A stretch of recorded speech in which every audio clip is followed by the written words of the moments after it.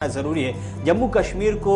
टेररिस्टों के जरिए, मिलिटेंटों के जरिए और मंशियात के जरिए किस तरह से पाकिस्तान तबाह करना चाहता है, एक मंसूबा, नापाक मंसूबा बना करके काम कर रहा है, उसकी सच्चाई आपके सामने रख रहे हैं। जम्मू कश्मीर में मंशियात के रुझान के बढ़ने के पीछे की जो सच्चाई है वो दरअसल पाकिस्तान की वो नापाक कोशिश है जिसे हम कह सकते हैं कि मुसलसल 27 महीनों से 9,650 करोड़ की हीरोइन बाज़ाब्ता तौर पर पाकिस्तान से भेजी गई है। और इसमें भी हैरानी वाली बात यह है कि LOC यानी लाइन ऑफ कंट्रोल से सिर्फ 3 किलोमीटर की दूरी पर मंशियात स्मगलिंग की फैक्ट्री है। और इसको बताया जा रहा है कि 3 ग्रुप ऐसे हैं टेररिस्टों के जो POK में अभी भी एक्टिव हैं और वो सिर्फ और सिर्फ इस काम के लिए एक्टिव हैं। वो किस तरह से इन मंशियात को जम्मू कश्मीर में भेज करके ड्रोन के जरिए भेजा जा रहा है और इसके जरिए किस तरह से वो पैसे जमा कर सके और इस तरह से और उससे फिर वो टेररिस्टों की, मिलिटेंटों की मदद कर सके और जम्मू कश्मीर के अमन को गारत कर सके। आपको बता दें कि जम्मू कश्मीर में जो मुसलसल हमने देखा कि ग्राफ बढ़े हैं मंशियात को लेकर के, ड्रग्स को लेकर के, और वो रोजाना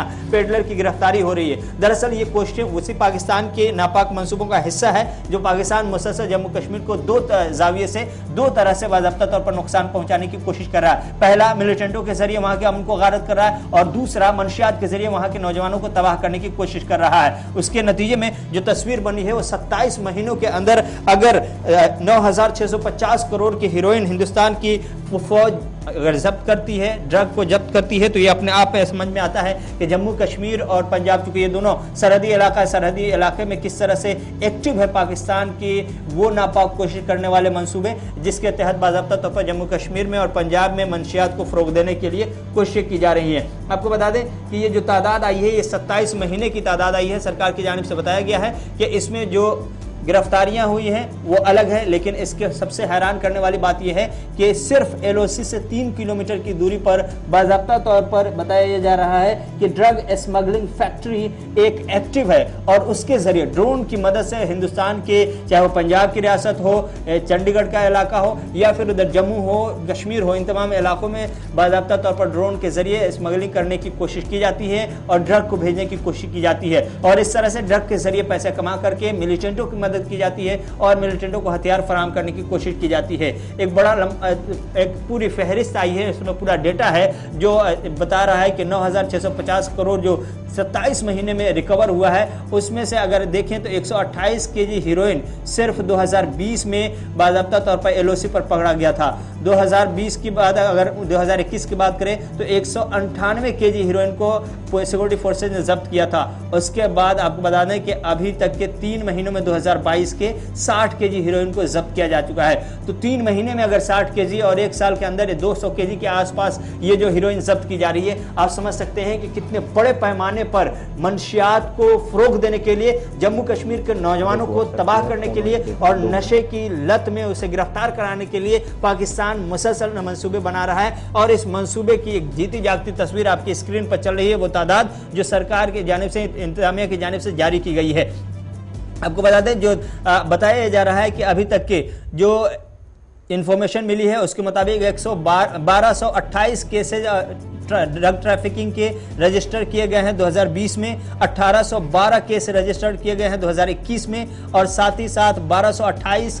केस से 1228 से लेकर के 1687 केस अभी तक के रिकॉर्ड किए गए हैं। तो ये एक तादाद है जिसमें आप जान सकते हैं कि गिरफ्तार कितने हुए, केसेस कितने आए और कितनी जब्तियां हुई है। ये तमाम बड़ी तादाद है, लेकिन सबसे हैरानी वाली और मोटी बात यह है कि इसमें सिर्फ और सिर्फ नुकसान जम्मू कश्मीर के नौजवानों का, जम्मू कश्मीर के समाज का और पंजाब से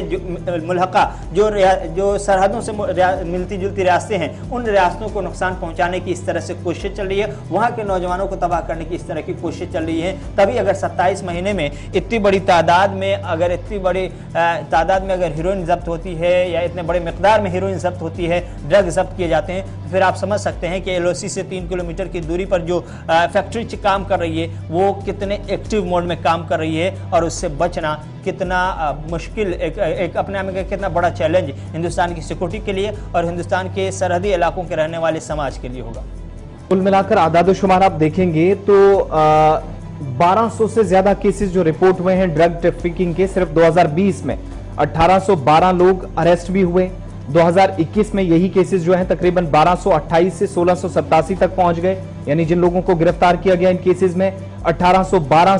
से 69 तक उन तमाम लोगों की तादाद बढ़ गई जिनको गिरफ्तार किया गया, जो ऐसे केसेस अभी तक सामने आए हैं। और सबसे खतरनाक सूरत हाल क्या है, सिर्फ जम्मू कश्मीर निशाने पर नहीं है, पड़ोसी रियासत पंजाब भी, बॉर्डर स्टेट्स हैं तो बहुत करीब। इब्तिदा में ही रहमत ने आपको बता दिया कि सरहद के आसपास कैसे सरगर्मियां अंजाम दी जा रही हैं। पाकिस्तानी रेंजर्स भी जानते हैं, उस तरफ की अफवाज भी जानती हैं, लेकिन ये सब उनकी देखरेख में होता है, जो खुफिया एजेंसियां बताती हैं। जिसके बाद ये और ये भी है कि सरहद के इस पार भी कुछ लोग हैं, मिली भगत से ऐसा काम हो सकता है जिनको बेनकाब किया जाएगा, जो जराए बताते हैं, और उनके खिलाफ भी क्रैकडाउन शुरू कर दिया गया है।